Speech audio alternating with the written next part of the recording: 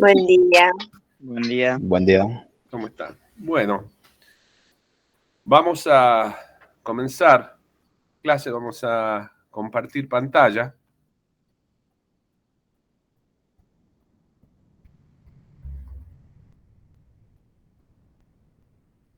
¿Están viendo? Aún ve no. No, aún no. Todavía no se ve. A ver, un segundito. Vamos a usar como base una presentación del ingeniero Baloy, que es la más actualizada. ¿Ahora se ve? Sí. Muy bien. Bueno, vamos a comenzar el penúltimo capítulo de la materia que habla de estructuras laminares. Son las cáscaras. Vamos a tener 4 desarrollos de este tema, una introducción que vamos a dar en la primera hora, luego vamos a ver cáscaras de revolución en la segunda hora, y en las próximas clases vamos a ver cáscaras cilíndricas y paraboloides hiperbólicos. ¿Qué es una estructura laminar? Una estructura laminar, que la van a encontrar en internet o en la bibliografía como estructuras laminares, como cáscaras, como shell roof, como shell barrel roof. Shell es una traducción de cáscaras. Y también vamos a ver que se le encuentra, vamos a ver que es un estado membranal de tensiones, porque son estructuras que trabajan bajo un estado membranal, como una membrana. Vamos a ver qué significa eso. La bibliografía básica que vamos a usar, recomendada, es el libro de sistemas de estructura de Engel, con el cual venimos viendo a lo largo de toda la materia, y particularmente en el caso de cáscaras de rotación, una publicación chiquita de la Facultad de Córdoba de Arquitectura, que tiene un par de años, del ingeniero Ferreras y el arquitecto Moacir Despanés. Ahí seguimos prácticamente el desarrollo del tema. También es recomendable, porque lo tratan muy parecido a eso, el libro de Pedro Perlés, Temas de Estructuras Especiales, que como dijimos es un libro que se adecua mucho a la materia, y el tema de cáscara lo trata prácticamente de esa manera. Siempre es bueno leer el libro Razón y Ser de los Tipos Estructurales de Eduardo Torroja, Construcción Laminar de Fred Angerer, que es un libro muy chiquito, color naranja, muy conceptual. También no tiene fórmulas, pero aclara mucho el comportamiento laminar. Un apunte de la UBA de Estructuras 4, que se llama Estructuras Laminares, de la cátedra de ingeniero Pomante, tiene un tratamiento de cáscara. Usamos algunos gráficos incluso de él en la exposición. También es compatible o es complementario con el de Ferreras y Moacir. Las estructuras de candela de Colin Farber se potencia mucho en el caso de los paraboloides hiperbólicos, su uso.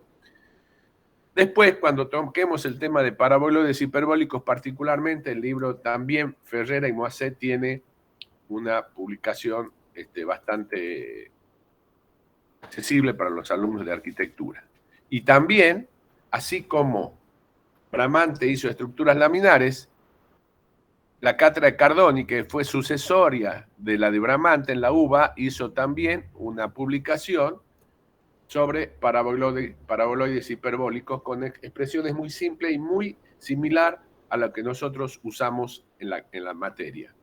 En resumen, si usan Engel, usan Ferreras y Bramante o Bramante para la parte de cálculo y de cáscaras de rotación, que es lo que nos toca ahora, y leen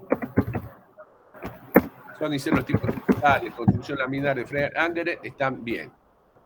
En realidad puede ser cáscara de rotación de Ferreras, laminares de Bramante o el libro de Perlés. Cualquiera de los tres para tratar el cálculo son similares. ¿Qué es una estructura laminar? Vamos a dar algunos ejemplos, vamos a dar una definición y clasificación, y vamos a explicar las generalidades de ese comportamiento estructural. Básicamente, ¿por qué decimos que son unas cáscaras? Porque las esbelteces son muy chicas, perdón, muy grandes, los espesores son muy chicos. Según Salvador y Levi, en su libro Estructuras para Arquitectos, ¿dónde tengo no encuentro el puntero? Qué interesante. Bueno, no tengo el puntero. No vamos a poder hacer nada sin el puntero. A ver. Para acá no está y para acá tampoco. Bueno, no lo puedo encontrar el puntero, mala suerte. Salvador, ¿se ve por lo menos el mouse, la punta del mouse? ¿La ven ustedes? Sí, sí se ve. Bueno, entonces me sirve. Según Salvador y Levi, en su libro Estructuras para Arquitectos, explica que una cúpula de 30 metros de diámetro tiene 7 centímetros, con 7 centímetros de espesor, desciende solo 3 milímetros cuando se carga con nieve y peso propio.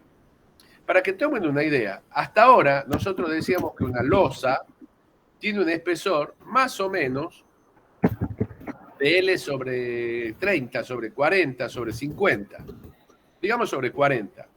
Entonces, si yo tengo una losa de 30 metros de diámetro, necesitaría más o menos 75 centímetros de espesor, 10 veces más que esto.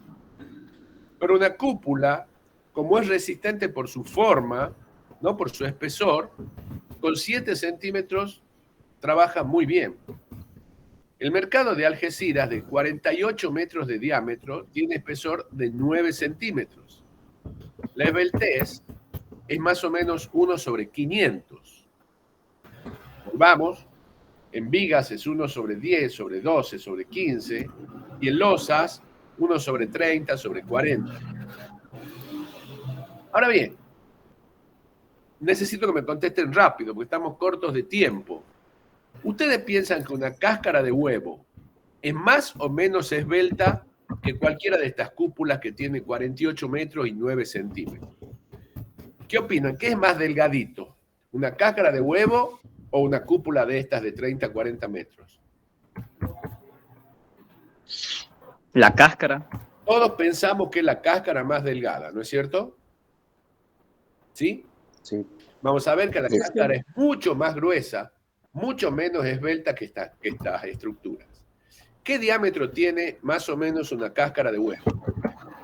Tienen cualquier número, pero rápido.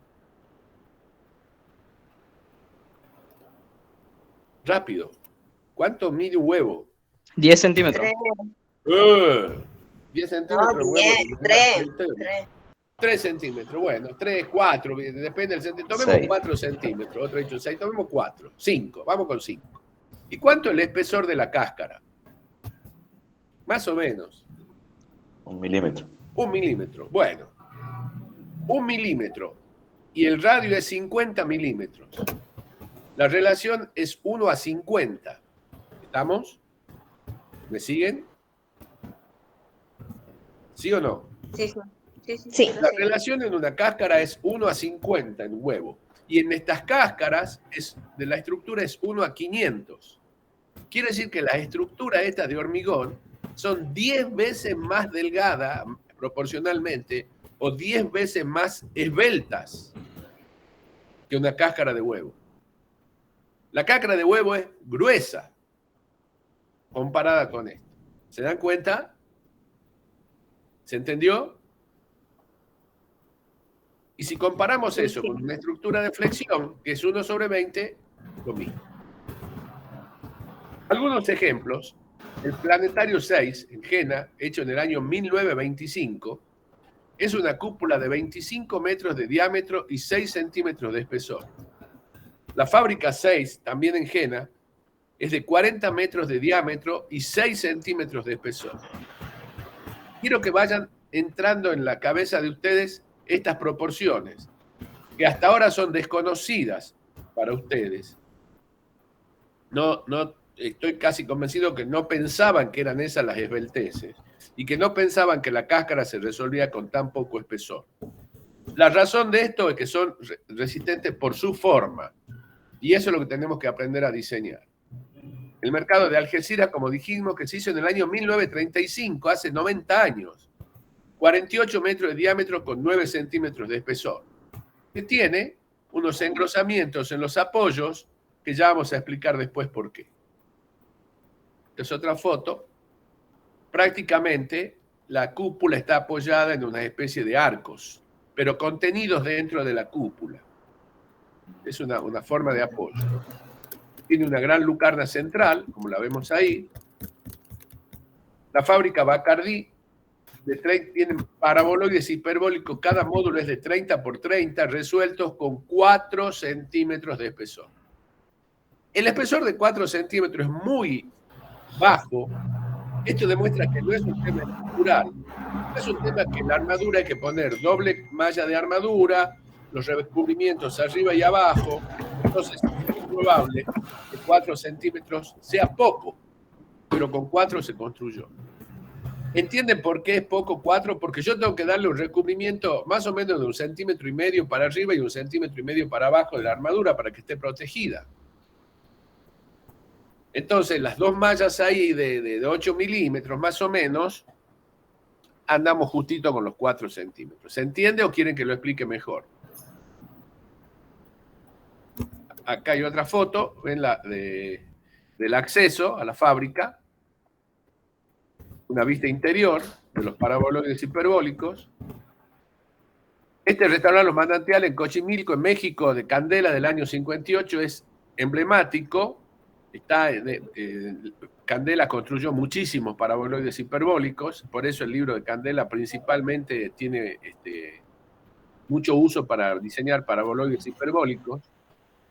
Este es el detalle del armado de un paraboloide hiperbólico, es una malla con algunos refuerzos en algunas direcciones, como apoyo de cada uno de estos cuartos que son los paraboloides hiperbólicos propiamente dicho.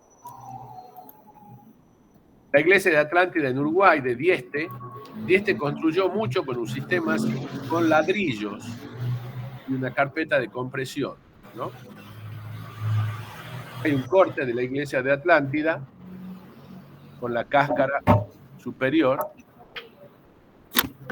Tienen en el sentido longitudinal, que es como una sección sinusoidal. Acá hay un detalle de la armadura de esto. Algo parecido a esto se hizo ahora el proyecto que hizo no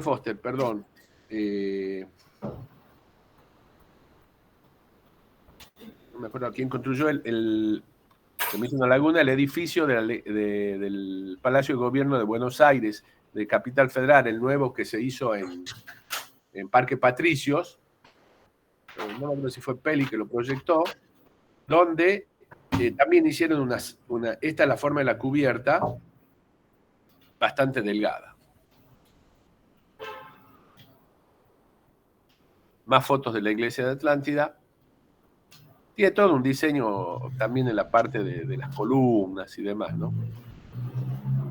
Bueno, acá tenemos la galería que tenemos en los pasillos de nuestra facultad. Son bóvedas de 4 metros de ancho y 8 metros de largo, con 4 centímetros de espesor. Acá hay una anécdota que por tiempo no la puedo contar. Durante la construcción, los últimos paños que se hacían se caían por el empuje lateral de la bóveda. Un tema que, bueno, después las consultas le pueden explicar cómo se resolvió, y por eso ustedes van a encontrar que en los extremos siempre hay un contrafuerte en las columnas. Cuando salgan ahora, véanlo, van a encontrar los contrafuertes, porque si no, el empuje tiraba las bóvedas. Parque Oceanográfico en Valencia, hecho con paraboloides hiperbólicos también. Son 8 hojas. Entonces, ¿cuál es la particularidad de una estructura laminar? Lo que hemos visto hasta ahora es que nos han presentado la situación, ya estamos sorprendidos de las esbelteces que se logran, que son mucho más delgadas incluso que una cáscara de huevo, Y a su vez, hemos visto de la gran plasticidad que tiene en el diseño, la gran belleza que se puede lograr, y que las estructuras son resistentes por su forma, no por su espesor. El espesor es más bien constructivo. Básicamente, las cáscaras tienen una ventaja. Es una estructura de tipo superficial, una propiedad más que una ventaja, donde el espesor es mucho menor que las otras dos dimensiones que hay en planta. Entonces, una estructura laminar es una estructura de tipo superficial, por lo que su espesor es muy pequeño comparado con las otras dimensiones. Por ejemplo, el Planetario 6, en un resumen del año 1923, un radio de curvatura de 12 metros, 6 centímetros de espesor. Acá estamos haciendo la relación entre espesor y radio de curvatura. La cáscara de huevo nos da en esta tabla 1/80.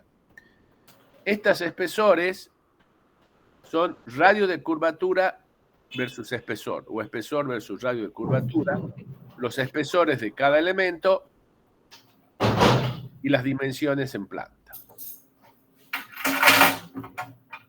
Son entonces estructuras resistentes a la forma. Está claro el ejemplo de un papel donde la hoja de papel no tiene resistencia, pero que si la plegamos ya permite tomar carga. Entonces, son resistentes por su forma. Si yo tengo una cáscara de 25 a 30 metros, la puedo resolver, por ejemplo, con una cáscara cilíndrica con 8 centímetros de espesor o menos. Mientras que esos 8 centímetros nos serviría a lo sumo para salvar como mucho, como muchísimo, 3 metros de luz, cuando estamos hablando de una losa que trabaje a flexión. Hay una experiencia de Polenyi que no la voy a poder poner porque no puedo dibujar acá, pero lo van a ver en el libro de...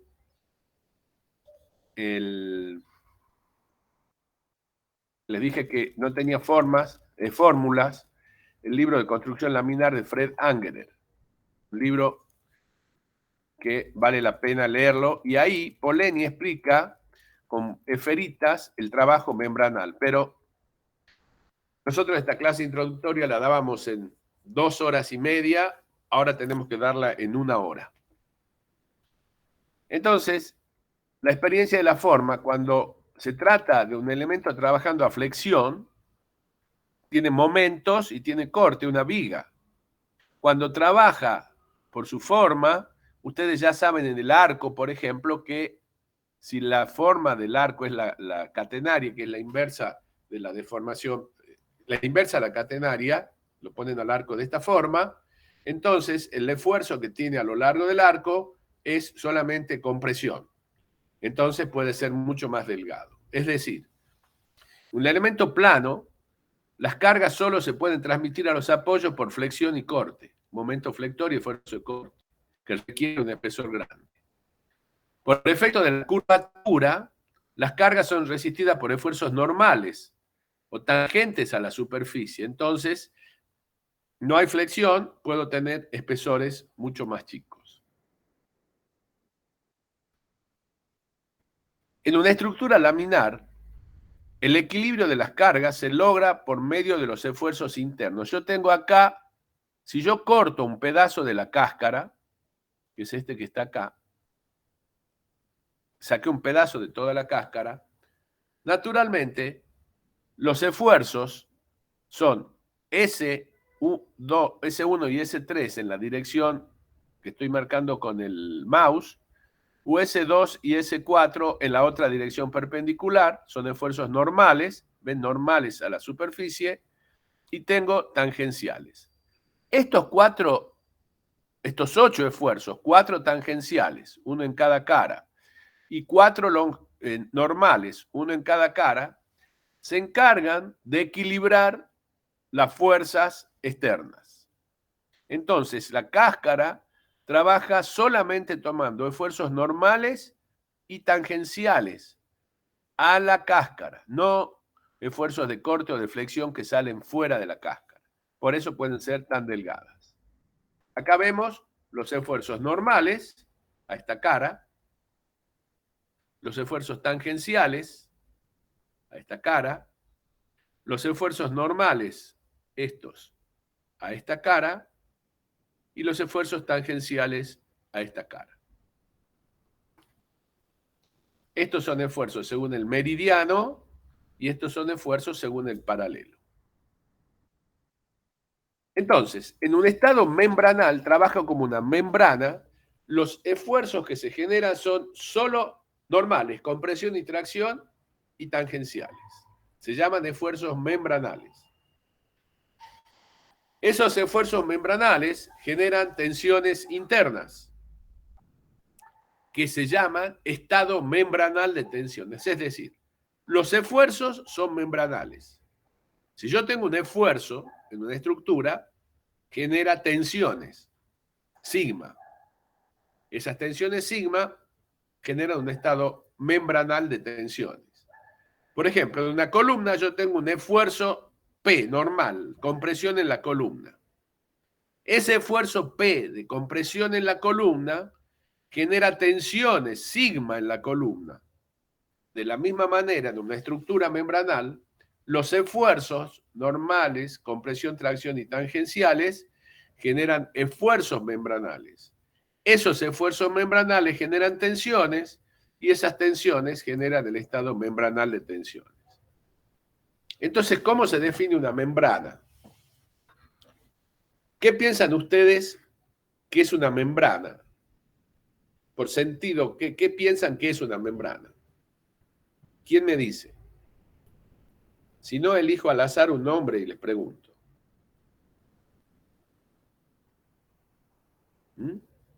¿Qué es una membrana? A ver, vamos a buscar un nombre. ¿Cómo hago para encontrar un nombre? Acá está. Trinidad Brito. ¿Está? Sí. No está. Bien. Trinidad, dime, ¿qué es para vos una membrana? Para mí es como una tela muy finita. Muy bien, una tela. Perfecto. ¿Y qué es para vos una cáscara? Sentido así común. ¿Qué es una cáscara? Es como la misma tela, pero que está como endurecida. Que tiene rigidez. Bueno. Entonces la membrana, que es una tela, solamente puede soportar tracciones. ¿Sí? Solamente la puedes tirar. Y la cáscara, como es más rígida, puede soportar compresión y tracción. ¿Estamos de acuerdo? Sí, sí. Entonces, la membrana es una lámina muy delgada, una tela, que solo soporta esfuerzos de tracción y tangenciales. Pero no puedo comprimir, porque una tela yo no la puedo comprimir. Una tela la quiero apretar y se pandea, se pliega. ¿Ok? Atracción sí aguanta mucho. Una estructura laminar, una cáscara, tiene pequeño espesor, pero suficiente para soportar esfuerzos de compresión, además de poder tracción y tangencial también. ¿Se entendió? ¿Para todos? Lo que dijo la alumna está perfecto. Se expresó lo que la sensibilidad, el feeling que tiene de esto, y definió claramente la diferencia entre una membrana y una estructura laminar. Las condiciones para que se cumpla el estado membranal, es decir, que solamente haya esfuerzos de compresión o tracción en la cáscara y tangenciales, pero que no haya flexión ni corte, para que no necesite aumentar el espesor, tiene 4 condiciones. La primera condición geométrica dice que la variación de los radios de curvatura deben ser continuos, es decir, que no tenga saltos. Acá la curvatura, fíjense, en este ejemplo acá tiene saltos.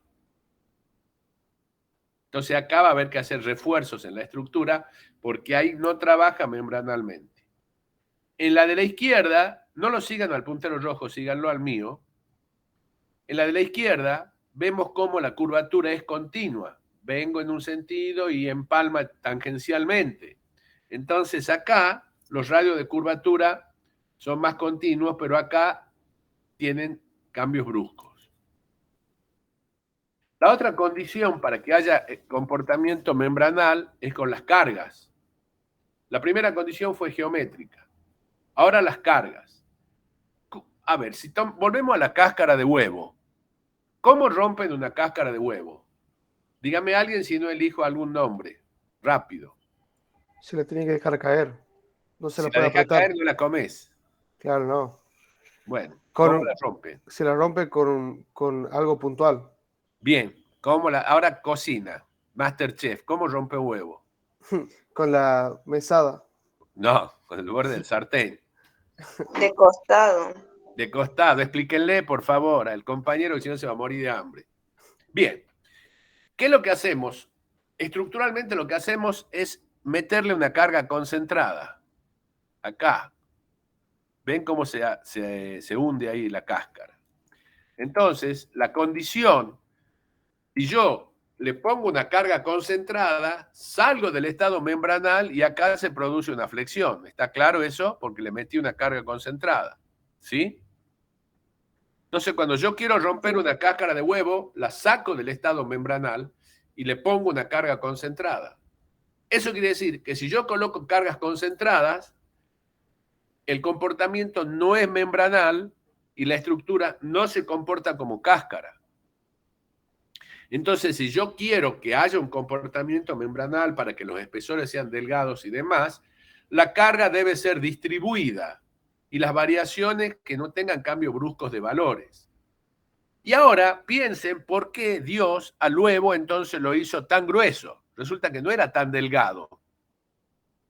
Lo hizo suficientemente delgado para que podamos romper la cáscara con un golpecito en la sartén. Pero ahora, ¿por qué no lo ha hecho tan esbelto como las cáscaras de hormigón que queremos construir nosotros? Piensen. Vamos. Sentido común. Porque si la cáscara del huevo fuese tan delgada como las cáscaras de hormigón que hacemos nosotros, cuando se cae el huevo, se rompe en el tráfico, en el transporte, en el movimiento, tiene que tener un mínimo, si se choca uno con el otro, entonces tiene que tener una cantidad mínima de resistencia, de rigidez para eso. Por eso el huevo no es tan esbelto como las cáscaras que queremos hacer nosotros. Pero a partir de hoy nos damos cuenta que los huevos no son las cáscaras más delgadas, están lejos de ser las más delgadas. La tercera, la primera era geométrica del radio. El segundo, que las cargas tienen que ser distribuidas. El tercero, que los espesores no tienen que tener variaciones bruscas. Por ejemplo, suponemos este caño, este es un caño sometido a presión. Como si fuera un globo. Si esto fuera un globo cilíndrico, nada más que con espesores gruesos. Si yo lo someto a presión, en la parte de la izquierda, el globo se va a hinchar un poco, o la estructura se va a hinchar un poco. Pero a la derecha, como es más delgado, lo que se va a desplazar va a ser mucho más. ¿Se entiende hasta ahí? ¿Sí o no? Si fueran dos cilindros separados, esta es la vista de frente de un cilindro, y lo someto a presión, este se va a hinchar un poquito y este se va a hinchar más. ¿Se entendió? ¿Sí o no? Bueno, ¿Por qué hace eso? ¿cómo? O sea, ¿por qué se me hincha uno más que el otro? ¿Por el tema del espesor? Claro, porque este es más grueso, es más resistente y este es más delgadito. Ah, muy bien, muy bien. Bien, pero si es un solo cilindro, este punto de acá, ¿cuánto se va a deformar? ¿Como el de la izquierda o como el de la derecha? Díganme lo que quieran. Lo que me digan va a estar mal. O alguno puede invocarla. ¿Cuánto se va a deformar en este punto que se unen los dos cilindros? ¿Este valor o este valor?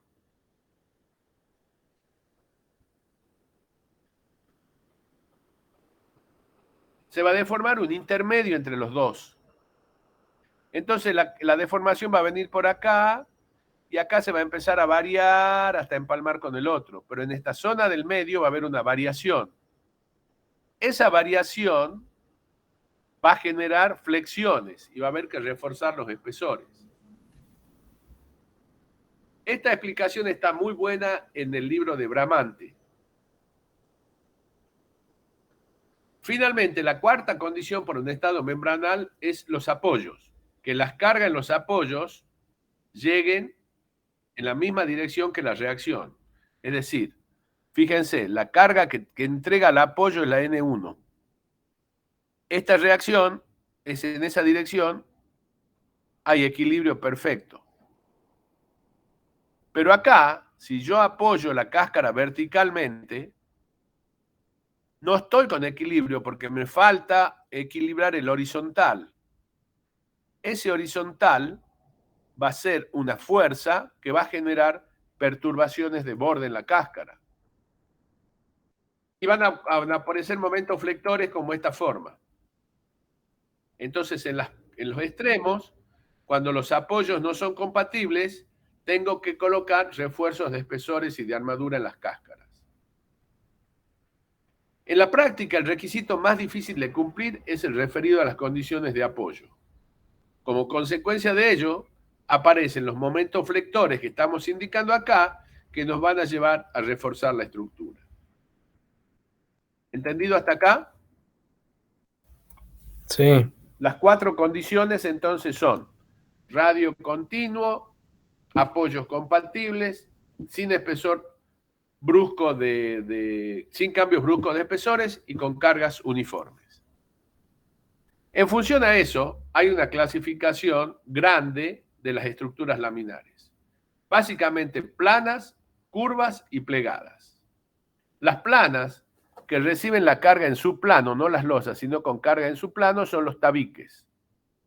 Las plegadas son las estructuras de esta forma, que también, por ejemplo, las chapas plegadas o demás, que es otra de las variantes de estructuras laminares, que también son muy delgadas porque el espesor de la placa no es lo importante, sino la forma del plegado. Y en curvas tenemos 2 clasificaciones, con simple curvatura y con doble curvatura. Simple curvatura, por ejemplo, una cáscara cilíndrica que tiene solamente curvatura en una dirección. Y en doble curvatura tenemos positiva y negativa. Doble curvatura positiva de rotación, una cúpula, es una estructura laminar curva de doble curvatura positiva. O de traslación, que es un paraboloide elíptico, donde traslado una curva alrededor de la otra. Y en la doble curvatura negativa tenemos los paraboloides hiperbólicos, de rotación o de traslación, que es la silla de montar que conocemos. Entonces la clasificación es planas, plegadas y curvas. Vamos a trabajar sobre las curvas. Simple curvatura o doble curvatura. En simple curvatura, cilíndricas. Por eso después vamos a tratar las cilíndricas. En doble curvatura, positiva o negativa. Positiva las cúpulas, por eso vamos a hablar de las cúpulas, de rotación, por ejemplo, y negativa los paraboloides hiperbólicos. Acá explicamos de nuevo los tabiques, que tienen carga en su plano, las plegadas, donde el espesor es muy delgado, lo que importa, como dijimos, es la forma del plegado. En simple curvatura tenemos la cáscara cilíndrica o el conoide. El conoide es una superficie que comienza con una circular o curva y termina en el otro extremo plano. Es bueno, por ejemplo, en un pasillo, porque cuando uno camina por el pasillo, si quiere que la visión sea baja acá, porque es un acceso o algo chico, acá ven más baja la sensación volumétrica, la burbuja, y cuando venimos en el otro sentido la vemos alta porque se ve la curva. Puede servir para algún tipo de diseño. La doble curvatura positiva es cuando los 2 curvaturas, fíjense, tengo las 2 superficies, las 2 tienen el centro de curvatura hacia el mismo lado, se llama doble curvatura positiva. Y cuando una tiene hacia un lado y la otra en el opuesto, fíjense, esta curva tiene el centro de curvatura hacia arriba y la curva en línea de trazos tiene el centro de curvatura hacia abajo, es doble curvatura negativa. En doble curvatura positiva, entonces tenemos las cúpulas, porque las dos curvas van hacia el mismo lado.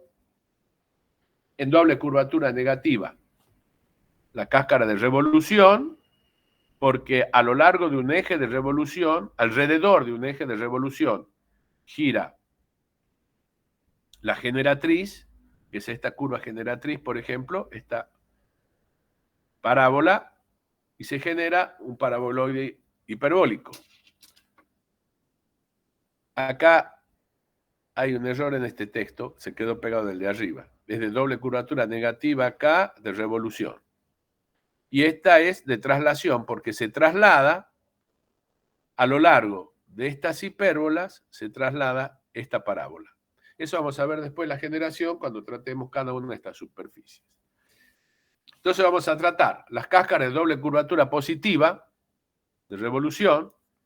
Vamos a ver el ejemplo del pequeño palaceto en los deportes. Acá hay algunos tipos de cáscaras cilíndricas, en tribunas en estadio. Vamos a hablar después, en otro capítulo, de las cáscaras de doble curvatura negativa, los paraboloides hiperbólicos. Acá vemos una sección del paraboloide hiperbólico, son justamente estas hojas que estamos viendo acá. Esta es una cáscara cilíndrica. Estación de buses de Cáceres en España. Las cáscaras cilíndricas estuvieron muy de moda en la segunda mitad del siglo XX. Hoy en día las tendencias son más a las tensoestructuras, pero sin embargo se siguen construyendo cáscaras porque el diseño realmente permite volar mucho al arquitecto. Por eso damos este tema, para que ustedes entiendan la importancia de la forma y en función de eso diseñar, y que el espesor es absolutamente secundario. Entonces, ¿qué tenemos? Resistencia por la forma, escaso espesor. Buscar siempre que trabaja en estado membranal. Cuando se viola alguna de las 4 condiciones explicadas, hay que reforzar espesor y armadura. Lo mismo pasa en las perturbaciones de borde, que es una de las 4 condiciones que vimos para el trabajo membranal. Hemos ido bastante rápido, pero quisiera saber si le ha quedado claro el concepto. ¿Alguna duda? No, ninguna. Muy bien. Vamos a hacer entonces un pequeño recorrido rápido de 3 minutos para aclarar todo.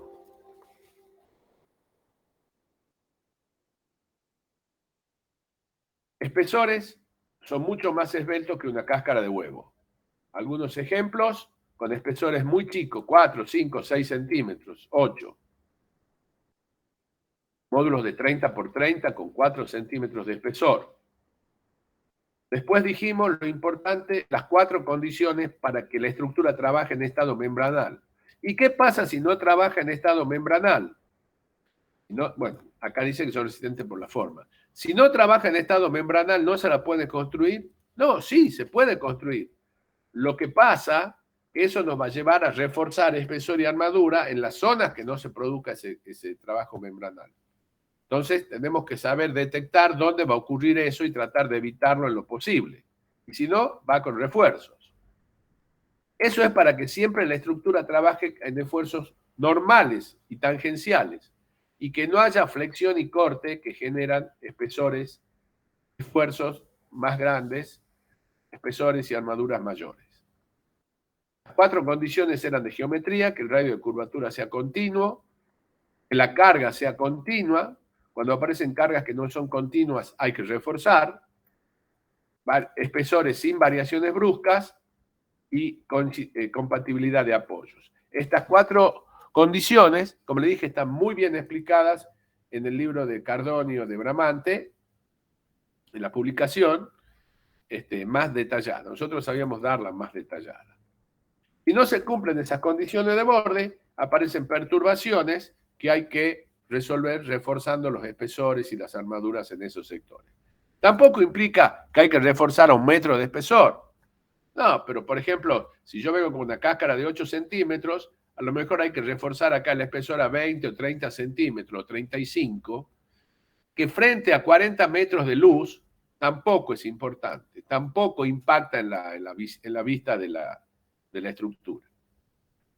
Luego hicimos la clasificación, simple doble curvatura. Ahora, después del intervalo, vamos a empezar a trabajar con las cáscaras de revolución. Ok. Entonces, hacemos un intervalo de 15 minutos y continuamos.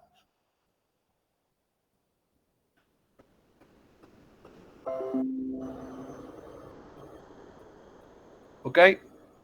Nos vemos en 15. Bien. Ok.